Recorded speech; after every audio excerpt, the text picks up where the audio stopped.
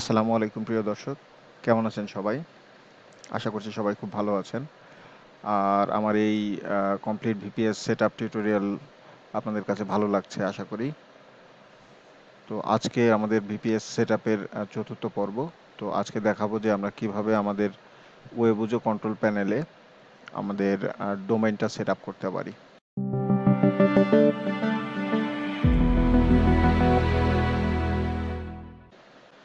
তো প্রিয় দর্শক, আমি গত পর্বে দেখিয়েছিলাম যে কিভাবে আমাদের ভিপিএসে আমাদের ওয়েবুজো কন্ট্রোল প্যানেলটা ইনস্টল করতে পারি। তো সেটা যদি আপনি না দেখে থাকেন তাহলে এখনই তৃতীয় পর্বটা দেখে নিন। না হলে এই পর্বটা বুঝতে একটু অসুবিধা হবে আর কি।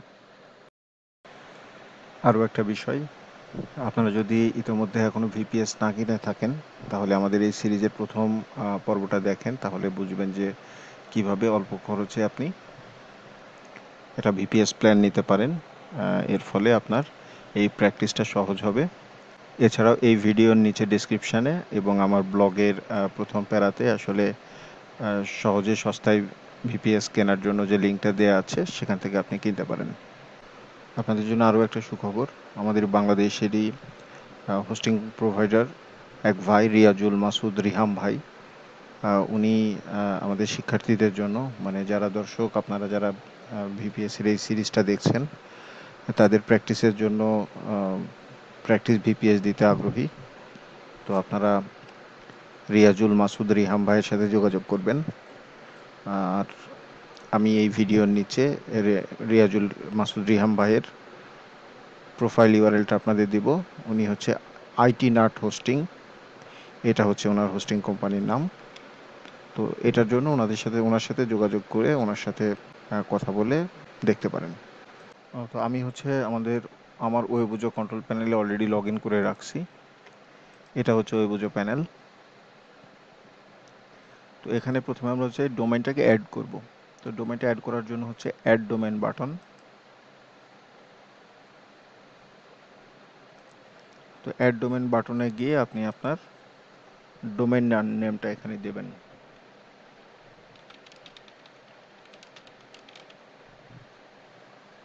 তো ডোমেইন নেমটার আগে কোনো এইচটিটিপি, এইচটিটিপিএস বা ডব্লিউডব্লিউডব্লিউ এগুলো কোনো কিছুই দিতে হবে না, শুধু শুধু ডোমেইন নেমটা দিবেন।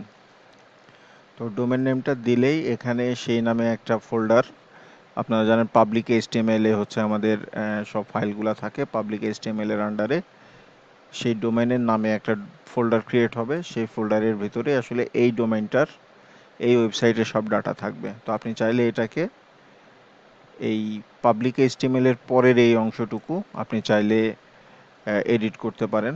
আপনার যদি পছন্দ মতো কোনো ফোল্ডার দেওয়ার ইচ্ছা থাকে দিতে পারেন, বাট আসলে ডিফল্টটা রাখলে কোনো অসুবিধা নেই। বরঞ্চ ডিফল্টটা রাখলে আমাদের বুঝতে অনেক সময় সুবিধা হবে যদি আমরা অনেকগুলো ডোমেইন আমরা আসলে অ্যাড করি।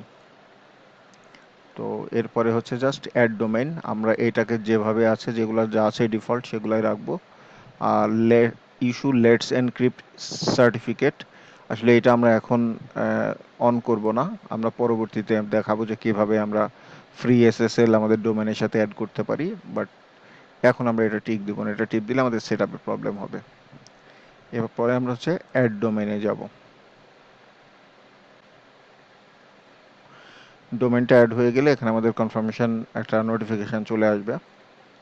তো এখন প্রশ্ন হতে পারে যে আমাদের এই ভিপিএসে আমরা কতগুলা ডোমেইন আমরা অ্যাড করতে পারি। আসলে টেকনিক্যালি ভিপিএস বা ওয়েবুজো প্যানেলের কোনো ডোমেইনের লিমিটেশন নাই, আপনি যতগুলা ইচ্ছা ততগুলা ডোমেইন নিতে পারেন।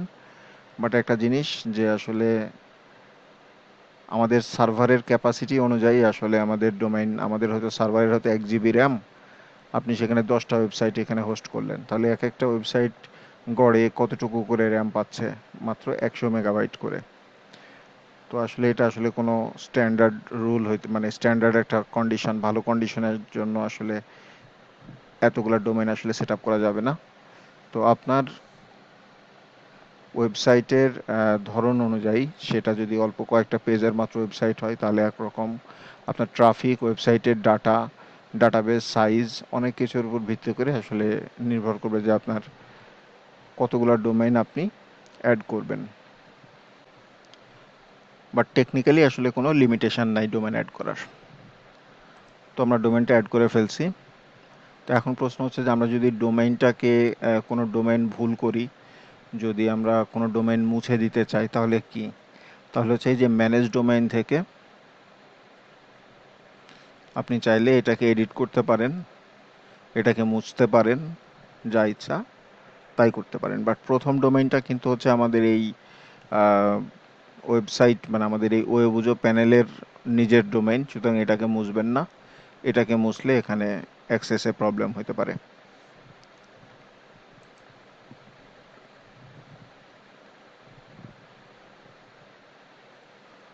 তো আমরা কিভাবে ডোমেইন অ্যাড করব এবং সেটা কিভাবে ম্যানেজ করব এটা জেনে গেলাম।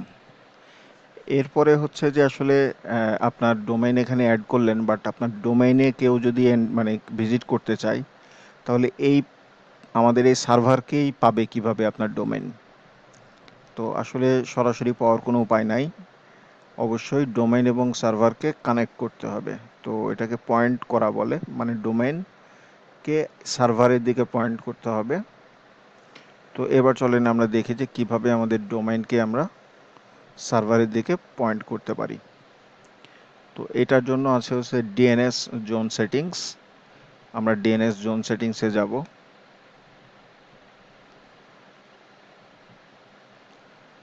এখানে গিয়ে আমাদের প্রথমে হচ্ছে যে আমাদের যে ডোমেইন, যতগুলো ডোমেইন থাকবে প্রত্যেকটাই ড্রপ ডাউন মেনুতে থাকবে। তো এখান থেকে আমাদের যে ডোমেইনটা আমরা অ্যাড করছি সেই ডোমেইনটা সিলেক্ট করব। সিলেক্ট করলেই নিচে হচ্ছে এই ডোমেইনের ডিএনএস ডাটা চলে আসবে এখানে। তো আমরা এই ডিএনএস ডাটা এটা এখানে এভাবে রাখবো। এরপরে হচ্ছে আমরা ডোমেইন যে আমাদের রেজিস্ট্রার, সেই ডোমেইন রেজিস্ট্রারের ওয়েবসাইটে গিয়ে আমাদের এই ডাটাটা ডোমেইনের সাথে কানেক্ট করতে হবে। তো এর পরবর্তী স্টেপটা আসলে এক একজনের জন্য এক এক রকম হবে, কারণ আপনারা তো সবাই একই ডোমেইন রেজিস্ট্রারকে ইউজ করেন না অবশ্যই। তো একটা জিনিস যে এক একজনের ইন্টারফেসটা এক এক রকম আলাদা হলেও বাট মূল ফাংশনালিটি কিন্তু সবারই সেম। সবাইকে এই অ্যাডভান্স ডিএনএস জোন সেটআপ অবশ্যই থাকার কথা। সেখানে গিয়ে আপনি এই তথ্যগুলো সেখানে ইনপুট দিতে পারবেন। তো আমি যেহেতু নেমচিপের সাথে আমার সব ডোমেইনগুলা আমার কেনা, সুতরাং আমি নেমচিপে দেখাবো যে কিভাবে আপনি ডোমেইনটা সেট আপ করতে পারেন। তো এটা হচ্ছে আমার নেমচিপের প্যানেল। আমি অলরেডি নেমচিপে লগ ইন করে রাখছি। তো নেমচিপে আপনি লগ ইন করার পরেই ডোমেইনের লিস্টগুলো চলে আসবে। এখান থেকে আপনি যে ডোমেইনটা এখানে সেট করছেন, সেট আপ করছেন, সেই ডোমেইনের নামের পাশে ম্যানেজে ক্লিক দিতে হবে। ম্যানেজে গিয়ে প্রথমে মেক শিওর করতে হবে যে হচ্ছে আমাদের নেম সার্ভারটা থাকবে হচ্ছে নেমচিপের ডিফল্টটা। নর্মালি আমাদের কাস্টম থাকে যে আমরা যে আমাদের অন্য কোনো হোস্টিংয়ে আগে থেকে থাকে বা অন্য কোথাও থাকে, তাহলে সেটার নেম সার্ভার দুইটা দেয়া থাকে, দুইটা বা চারটা নেম সার্ভার থাকে, সেগুলো দেয়া থাকে। বাট আমাদের ভিপিএসে নেমচিপ থেকে কানেক্ট করার জন্য এটা অবশ্যই নেমচিপ বেসিক ডিএনএস থাকতে হবে। তবে আপনাদের এই ক্ষেত্রে হয়তো ডোমেইনে রেজিস্ট্রারের পেজে লগ ইন করার পরে সেরকম ডোমেইনের সেট আপে গেলে বা ডিএনএস ম্যানেজমেন্ট বা অ্যাডভান্স ডিএনএস ম্যানেজমেন্ট কোনো একটা অপশন থাকবে, সেখানে গেলে সেখান থেকে আপনি সেটা সেট আপ করতে পারবেন। তো এটা হচ্ছে নেমচিপে তার প্রথম যে সেট আপটা সেটা এটা হচ্ছে নেমচিপ বেসিক ডিএনএস থাকতে হবে। এরপরে হচ্ছে অ্যাডভান্স ডিএনএসে যাইতে হবে। আপনাদের অন্যদের জন্য এই ধরনের অ্যাডভান্স ডিএনএস সেট আপ কোনো অপশন থাকবে। তো এখানে গিয়ে এইটা হচ্ছে জোন রেকর্ড। মূলত বিষয়টা হচ্ছে যে এখানে যে যে তথ্য আছে এই নামে এই ডাটা দিয়ে এখানেও সিমিলার জোন ক্রিয়েট করতে হবে। তো নেমচিপের জন্য হচ্ছে অ্যাড নিউ রেকর্ড।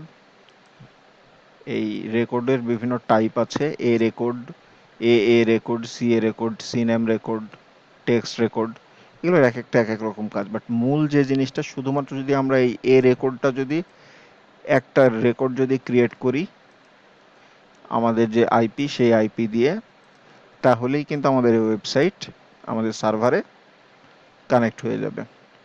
বাট আরও অন্যান্য ফাংশনালিটির জন্য, ইমেইলের জন্য, এফটিপি অ্যাক্সেসের জন্য, আরও কিছু ভেরিফিকেশান, আরও অন্যান্য কিছু বিষয় সুবিধার জন্য আমরা সবগুলাই আমরা এখান থেকে ক্রিয়েট করব। তো প্রথমটা হচ্ছে এ রেকর্ড। আমাদের এখানে এ রেকর্ড আছে হচ্ছে 1টা 2টা 3টা 4টা 5টা।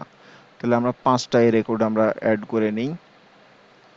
2, এটাও এ রেকর্ড, 3 এ রেকর্ড, 4। অ্যাকচুয়ালি এই NS1 NS2 আসলে এটা লাগবে না। NS1 NS2 আসলে লাগবে না, আমরা তাহলে 3টা ক্রিয়েট করি। এরপরে হচ্ছে যে সিনেম আছে হচ্ছে 1টা, তাহলে একটা সিনেম রেকর্ড আমরা এখানে ক্রিয়েট করি, সিনেম রেকর্ড। এরপরে টেক্সট আছে হচ্ছে 3টা, তাহলে অ্যাড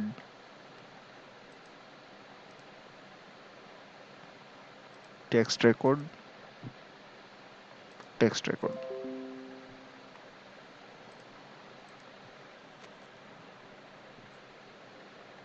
টোটাল 1টা 2টা 3টা 4টা 5টা 6টা 7টা, 7টা আমাদের রেকর্ড হবে। এখানে টোটাল 9টা ছিল, বাট 2টা আমরা নিব না।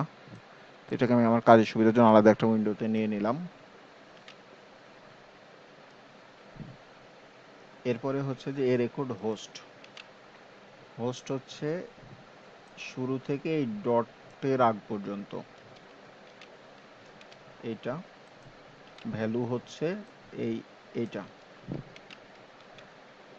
এগুলো যা আছে তাই থাকবে। দিয়ে এখানে সেভ চেঞ্জ করতে পারেন, অথবা সবগুলা শেষে এসে একবারে সেভ অল চেঞ্জও করতে পারেন। NS1 NS2 আমরা নিব না, লোকাল হোস্টও আমরা নিব না, তাহলে আমরা এখান থেকে আরও একটা রিমুভ করতে পারি।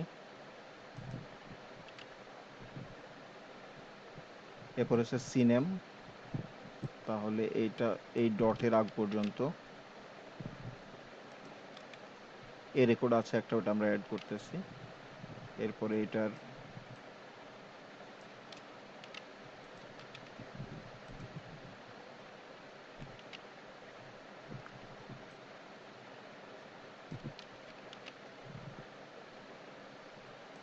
এ রেকর্ড, এটা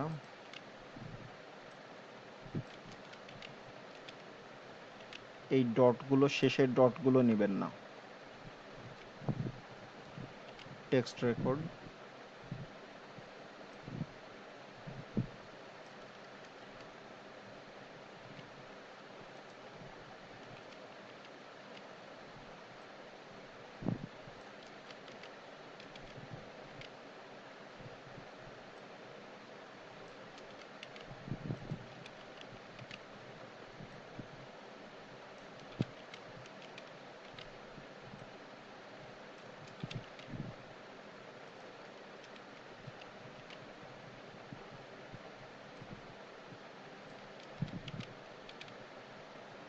এখানে একটা এরর আছে। এররটা কারণ হচ্ছে এই সামনের ডটটার জন্য মেবি। টেক্সট রেকর্ড,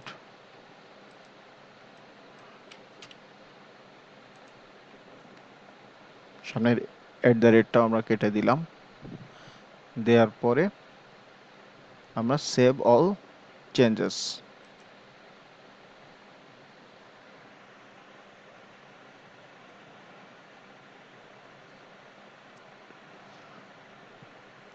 এটা হয়ে যাওয়ার পরে আমাদের অপেক্ষা করতে হবে।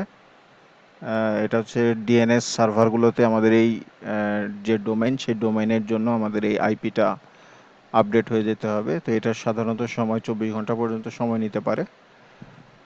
নর্মালি 15 মিনিট থেকে কয়েক ঘন্টার ভিতরেই হয়ে যায়। তো আমরা চলেন অপেক্ষা করব। এরপরে আমাদের পরে এসে চেক করব যে আমাদের আসলে ডোমেইনটা আমাদের ওয়েবসাইটে কানেক্ট হয়ে গেছে কিনা। তবে একটা জিনিস অবশ্যই খেয়াল করবেন যে হোস্ট নেম পরে কোনো ডট হবে না, ঠিক আছে? কখনো এটার পরে কোনো ডট হবে না।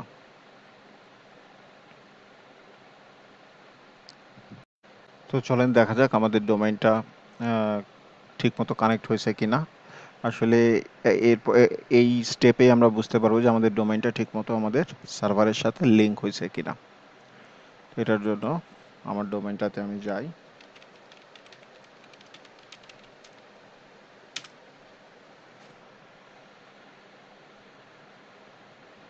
এই ডোমেইনটা যদি ঠিকমতো সার্ভারের সাথে কানেক্ট হয় তাহলে এই ধরনের একটা পেজ চলে আসবে। তার মানে আমাদের ডোমেইনটা ঠিকমতো কাজ করতেছে। তো আজকে এই পর্যন্তই। ইনশাল্লাহ সামনের পর্বে দেখাবো যে কিভাবে আমরা আমাদের ভিপিএসে আমরা ওয়ার্ডপ্রেস ইনস্টল করতে পারি। সবাইকে ধন্যবাদ, ভালো থাকবেন।